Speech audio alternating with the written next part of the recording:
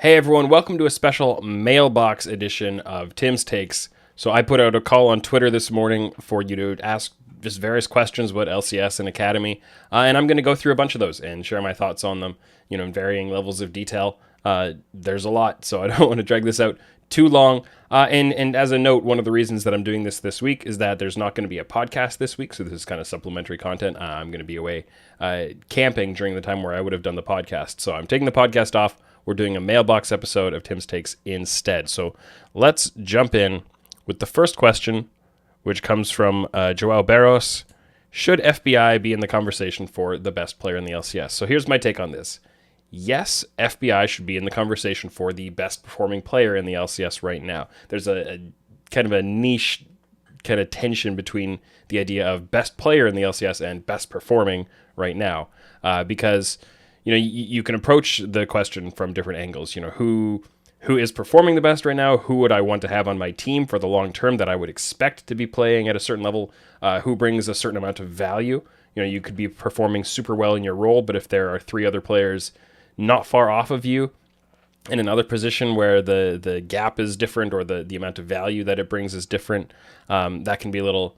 those are different questions and different angles on the topic. So I do think he's in conversation for best performing player in the LCS right now. I don't think it's an absolute clear-cut number one. I think, right now I think he probably is the best performing player. But best player in the playoffs, I would hold back on that. Or sorry, best player in the LCS, I'd hold back on that a little bit until he can sustain this amount of value through a playoff run. I think that's a pretty key figure. Because this is just early regular season. The entire LCS is in turmoil, really, at the top end, almost the entire LCS. So, I think people are already saying, if I saw when he drafted his Lee Sin game, the Senna Lee Sin bot lane, and FBI was playing Lee Sin, and there were people calling for, if he performs well in this, MVP is a lock. Well, we're 4 weeks into a 9-week season. Let's not get carried away. He's playing super well. That's great for him. The other angle, I guess, that I would like to take on it is, would I pick him first overall in an LCS dispersal draft, like mock draft for my team? And no, I personally wouldn't. And the main angle on that is I wouldn't. I don't like to build a roster around the bottom lane. I think in the LCS at least, and depends, maybe different leagues, it's a bit of a different story, but I think you can find a lot of good value for your bot laner at a lot of different places in the LCS right now. And I think it's more important, for example, to have the best possible jungler or maybe even the best possible mid laner. I'd put support above it as well, partly due to the influence of the roles, and partly due to the range of talent and how much of a tier drop off there is between different players. So that's my kind of long-winded take. He's in the conversation, absolutely. But how you'd weigh that out in all these other factors, it's kind of up to you. Next question from Nick O'McCormick. Do you still think Cloud9, Team Liquid, and Hunter Thieves will represent NA at Worlds, or have the roster swaps changed your thoughts? So the context on this is coming into the year overall, way back in December, I would have said Cloud9, Team Liquid, TSM. Up through the end of spring, I still said the same. Then Hunter Thieves picked up Abbedagga. I thought about it a little bit. I convinced myself Hunter Thieves, now move into that top 3, and TSM drop out to 4. Then everything starts going on with Sven being benched, with Alfari, with all of that going on, and just the league being thrown into a little bit of chaos at the top end. And now it's a lot more difficult to say. I'm a little skeptical about Team Liquid when, for as long as they don't have Alfari and as long as they don't have peak level Santorin. I think obviously Team Liquid were able to push Cloud9 to 5 games in the spring finals playing with Armeo, but they had Alfari as well. I don't think the combination of Armeo and Grigg, Armeo and Jenkins will be strong enough to push them into the top 3. I don't think it'll sustain them up to there. I think they're playing fine. I don't want to heap criticism on them or anything like that, but I think over time, as the other teams figure out these players, and as the meta shifts around a little bit, I think it's pretty likely that TSM will overtake Team Liquid, possibly another team as well. Hunter Thieves, obviously, they're doing great. I think I have no reason to move them out of my top 3. And Cloud9 is the other one where, obviously, the way they're playing right now, they don't deserve a whole lot of faith, but I do think they're going to be fine once they settle in with Sven's return and everything else, that they have a lot of time. They've got 5 weeks until playoffs start. And I think they're going to be okay. They're eroding at my faith in them being okay a little bit game by game, but I do think it's going to be, at this point, Cloud9, 100 Thieves, TSM. But it's been such a topsy-turvy season so far. Who knows? It could change a lot in the next couple months. Next up, Degon was wondering who I think got their benching right so far in summer. So I've already mentioned, there's the Alfari situation, there's Sven, there's Dardoch, there's Soligo being benched with Yusui coming up. What else am I missing? I don't know. I'm sure there's more.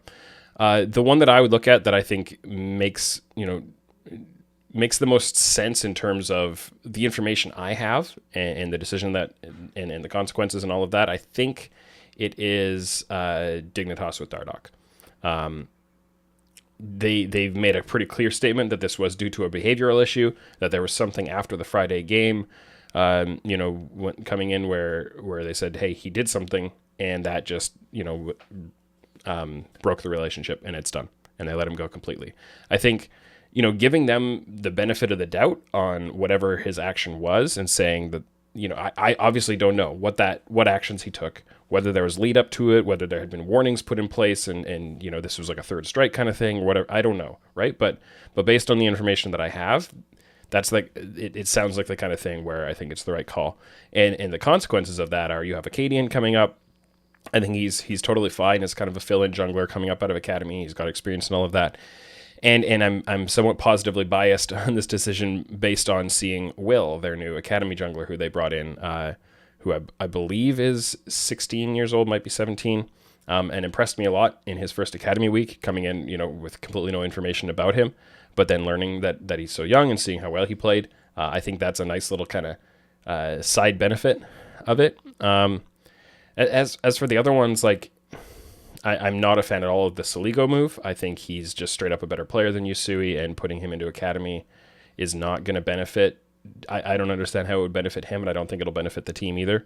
And that's no slight on Yusui. I just think Soligo is a player that you want to continue to invest in the best way, and I think keeping him in LCS is the best investment, both for him as a player and for them as a team. Sven and Alfari, I have no idea what the context is.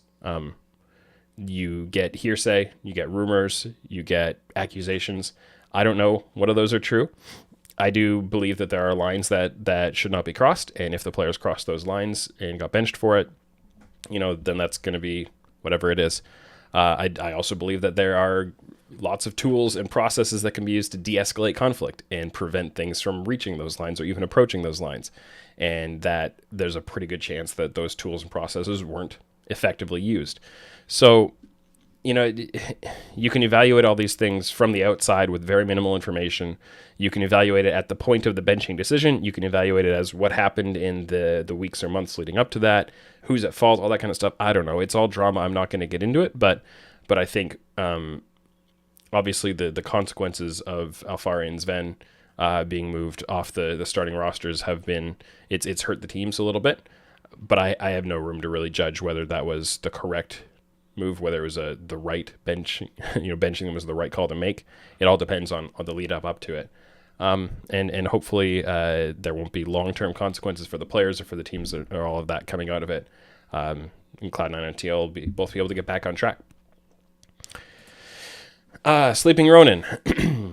Do you think Kenvi will replace Closer next split for 100 Thieves after going to Worlds, if they do, or being a top contender with Closer? So we're making an assumption here, right? We're saying that 100 Thieves are going to continue to be top 3. They're going to go to Worlds. Whether or not they win the LCS, I think, is not really the point. It's just if they remain as a top 3 team and go to Worlds, which is, very clearly the goal for 100 Thieves, do they keep Closer? And then if so, what do they do with Kenvi? Or do they move Closer and promote Kenvi? So some context on this. Closer has 2 more years after this on his contract with 100 Thieves. Kenvi has 1, so his runs to the end of 2022. Closer to the end of 2023. I know that 100 Thieves believe in Kenvi to a very hardcore extent. This is a player that they really have invested a lot into and have a really high belief level in. Both he and Tenacity, I think, are really the core building blocks of the future of this organization. And the reason that I came out way back in the offseason, November, December, and was unsure what to make of all these acquisitions 100 Thieves did with Closer and with FBI, who he and DeMonte at the time. The reason I wasn't really sure how to react to those acquisitions is because they had Kenvi and Tenacity coming up. And what do you do, right? This is the exact question that I had. What do you do if you lose? Okay, you kind of break apart your starters and you promote these young players in their place. If you win, I mean, it's a good problem to have, but you spent a lot of money to be in this good position of having to decide between your, proven veterans and your upcoming players that you've been investing so much into. So I think the market will decide to a certain extent if we assume that 100 Thieves succeed and do make it to Worlds. If there's a strong market for selling Closer, my leaning is that would be 100 Thieves' preferred option because they believe so much in Kenvi and that they would try to sell high on Closer, bring Kenvi in, and move forward long term. Kind of try to renew him on a 3-year deal, something like that. Is there a chance they sell Kenvi? I think the offer would have to be super high. And there is a point at which the offer gets high enough that you say, even though we're so attached to this player and we believe in this as our process, we're going to have to let this go, because we can't take X hundreds of thousands or millions of dollars, and we can't just throw that away if the opportunity is in front of us. My guess is that they would sell Closer. My fear is that they'd keep both and that Kenvi would just be kind of gate-kept out of the LCS for another year. Or maybe they would try to swap them in and out a little bit or something like that. I hope that doesn't happen. I'd like to see them both playing if they continue to succeed. And mostly I want to see Kenvi. I think he's going to be ready at the end of this year for 2022. He and Tenacity both. So we'll see what happens. But I ultimately think it's going to be a market problem. And we'll see what the market dictates because buyouts are fluctuating and weird, and international buyouts are different from domestic buyouts, and it's all a bit of a puzzle that they're going to have to solve, but I don't think they'll complain about having that problem to deal with.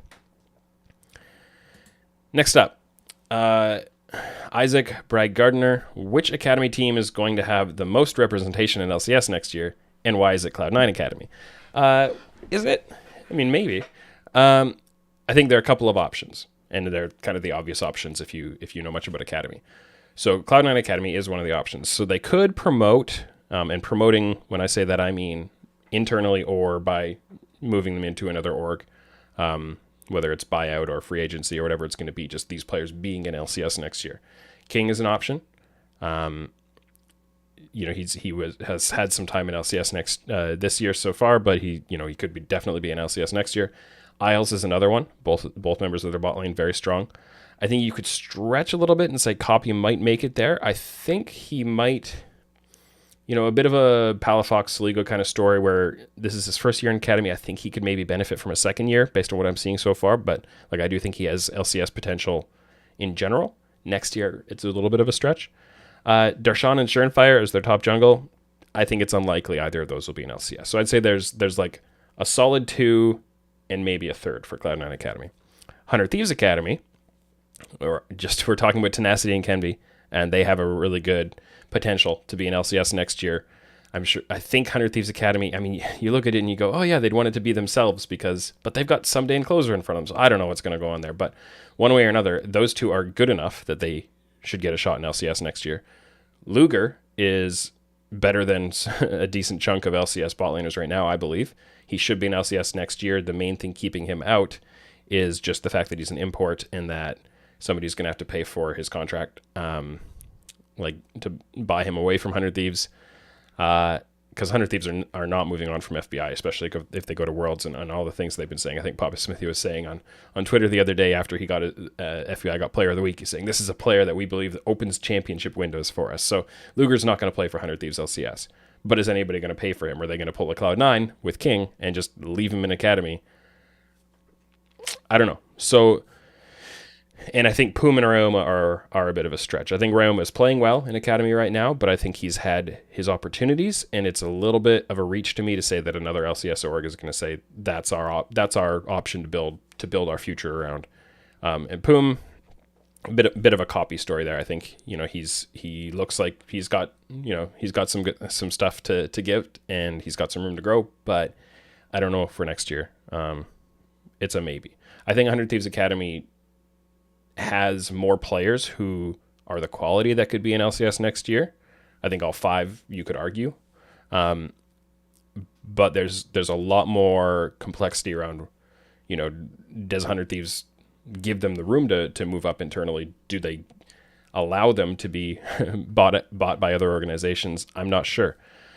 So I think 100 Thieves Academy is the way I would answer this question. I think they've got a higher potential to have more players in LCS next year.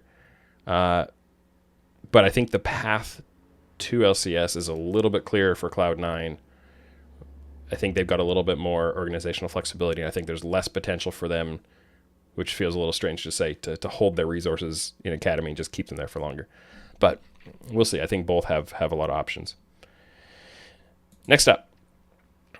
And this is a bit of a, similar takes or similar questions from 3 different people. So James Rothwell asked which Academy player is most likely to be subbed into LCS next. Ren Yamashiro said, which new players do you predict will come up next from Academy? Players who have never been in LCS, so that's a little bit of a twist on it. And then Chris Kurtz said, who's the one Academy player you have your eyes on to make a splash in LCS next season, or even potentially later this summer? So I'll just give kind of an omnibus answer to all of this.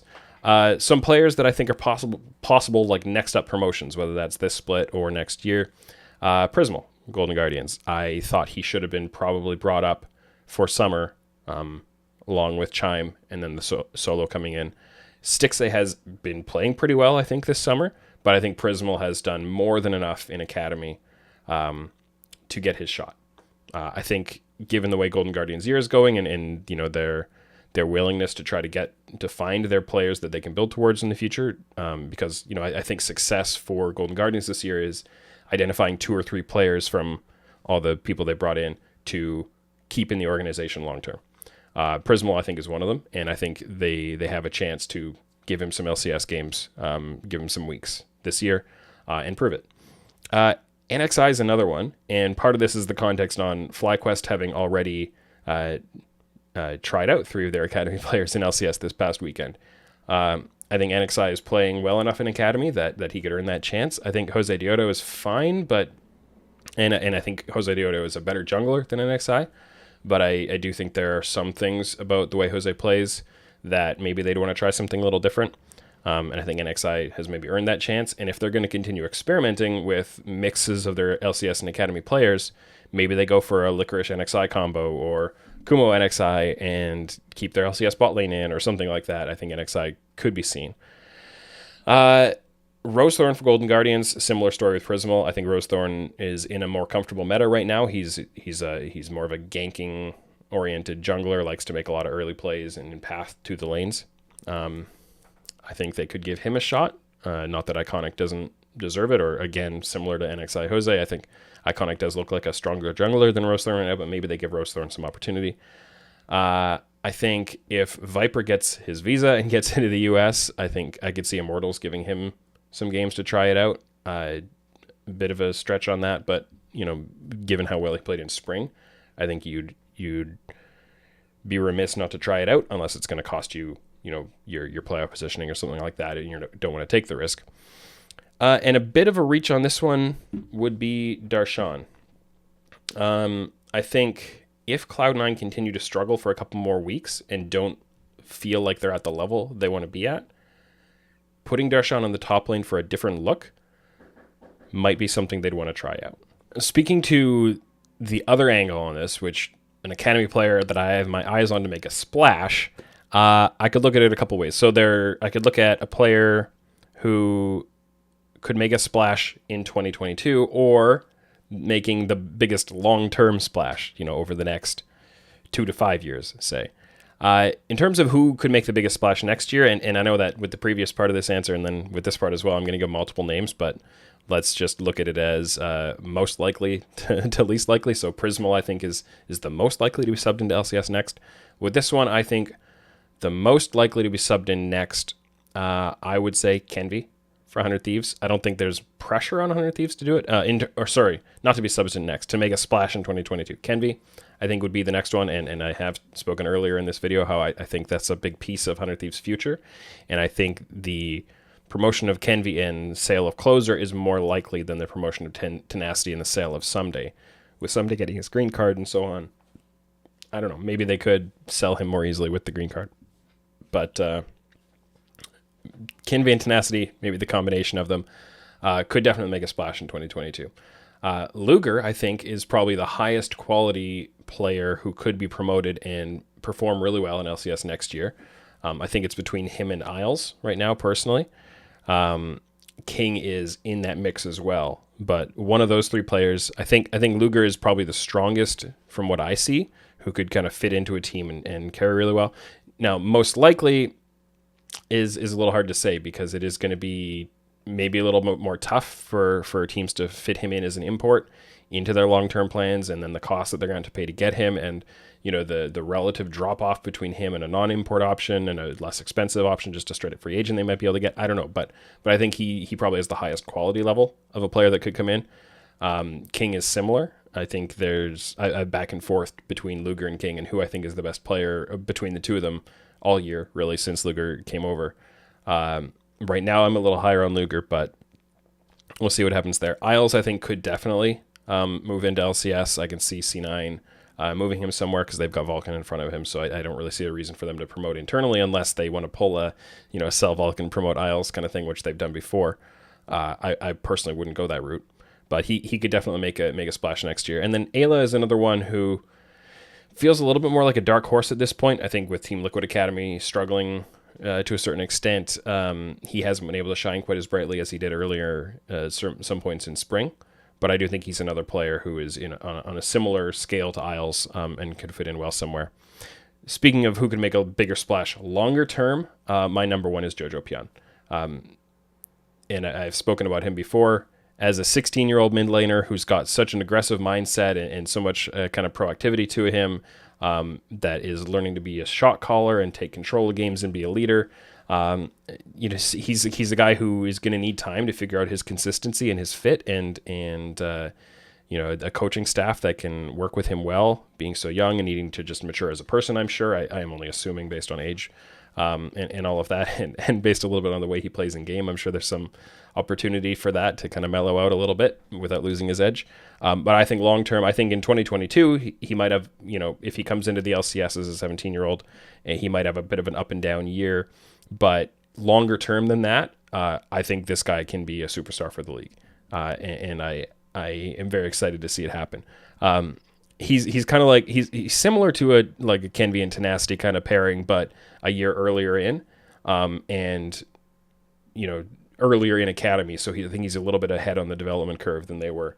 All three of those guys I'm very excited about, but Jojo is my highest kind of excitement level for long-term influence on the league.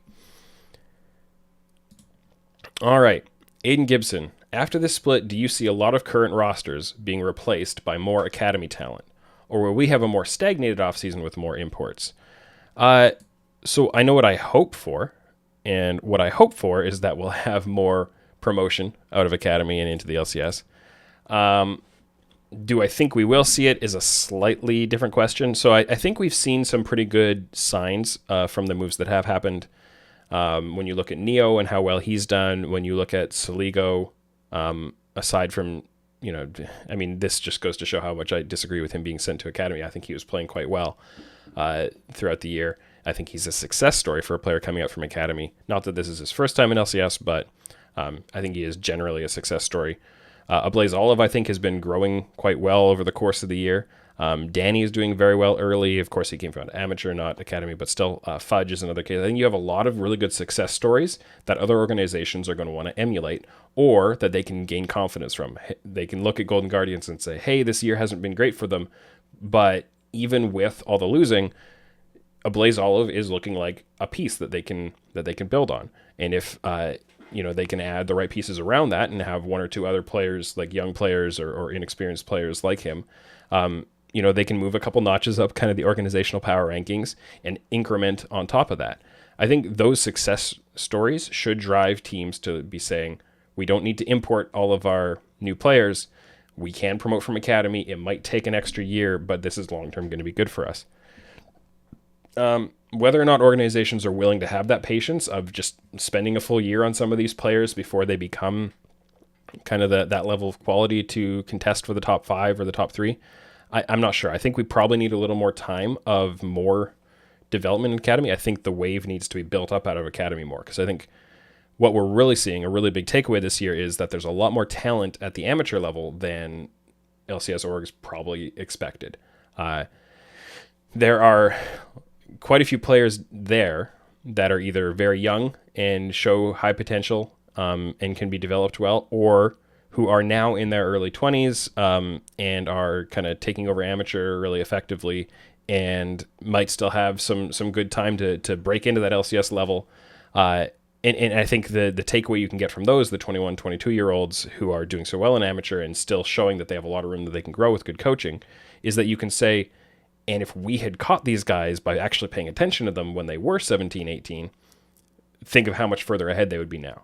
Which that should be a really big boost to say, let's pick up these guys. Sure, the 17-year-old or the 18-year-old that we could add to our academy roster right now won't be as good as someone that we might be able to import out of another scene. But if we do it now and we invest in them over a period of multiple years, we're going to be way better off. Plus, it'll probably be cheaper. It's going to be more sustainable, more future-oriented, all of these things. So I think what we're going to see, and what I really hope we're going to see, is a really big wave of filling out academy rosters with these more, like, in some ways it's a higher risk, right? Higher risk, higher potential reward, North American talent selections. And that wave is going to build up, and over the next 2 or 3 years, we're going to see a bigger wave of rosters being built out of academy talent. Whether or not we'll see it next year, I think we might need another 1 or 2 year lag before that really changes the face of the LCS. But I think we're headed in that direction. And and if we see orgs not doing that, I won't be entirely surprised, because these management teams can approach things from a lot of different angles, and they might have access to more kind of financial variables or other things like that than I do, or directives from ownership or whatever. But I think that orgs that don't focus on trying to get a piece of this kind of ground surge of amateur into academy into LCS talent that is going to be able to go over the next 3 years, I think those organizations will be making a mistake, and I think they'll pay for it. And last one. So Cubby wanted to know, if I build out a 17 and under super team of North American players, who's on it? It could be players from LCS Academy or semi-pro amateur. So I tried my best to look around for this. I wasn't able to and partly I just don't know the ages of a lot of the players, so I had to work with what I did know or what I was able to learn of it. So I couldn't build a full roster because, you'll have to get at me in the comments in this if you know of it, but I'm not actually aware of any of, strong top lane talent that's 16, 17 right now. I'm sure there's somebody obvious that is just not registering for me, but I think there are a couple options at jungle. One is, I think Tomio is 17 for Evil Genius's Prodigies. If he's not, then I'd probably go with Will, who CLG Academy just added. I'm pretty sure he is 16. And he looks like somebody that I want to keep looking at. Jojo Pion, mid. I mean, you shouldn't be surprised based on what I just said earlier. Danny in the bot lane. He's 17. Very excited about the way he's playing in LCS so far. I think we're definitely seeing some areas where he lacks the experience of some of the bot lanes he's coming up against, but you can tell he's learning from it, and just the way he executes some of his fights and his mindset, really impressive. And Busio, the support for 100 Thieves next. I'm pretty sure he is 17 as well. Mid laner role swapped to support, so he's a support now, and I think he's been, I think in spring it was a little rough, but he's starting to get more comfort in his role, and in summer he's playing better so far. So those would be kind of some names so far: Tomio or Will, Jojo Pion, Danny Busio. I wish I knew of the top laners that were of that age, but I don't really know of a reliable tool for other than doing a lot of scrolling through Leaguepedia and clicking on people's names and seeing if their birthdays are in there or not. It's a bit hard to find which players are this age. So maybe there will be a resource fleshed out for that a little bit better. But for now, those are the players that I'm going to go with. So thank you to everyone who sent in these questions. I found it really interesting to talk about these things. I hope you did as well. I think this video went a lot longer than I initially intended it to, but maybe I will lower my number of questions that I take for next time I do this. But yeah, I'll be away for most of this week. But we'll see what happens while I'm gone, and what kind of fresh takes there are to have after that. So thanks for watching these, and thanks to everyone who submitted in a question, and I'll catch you again.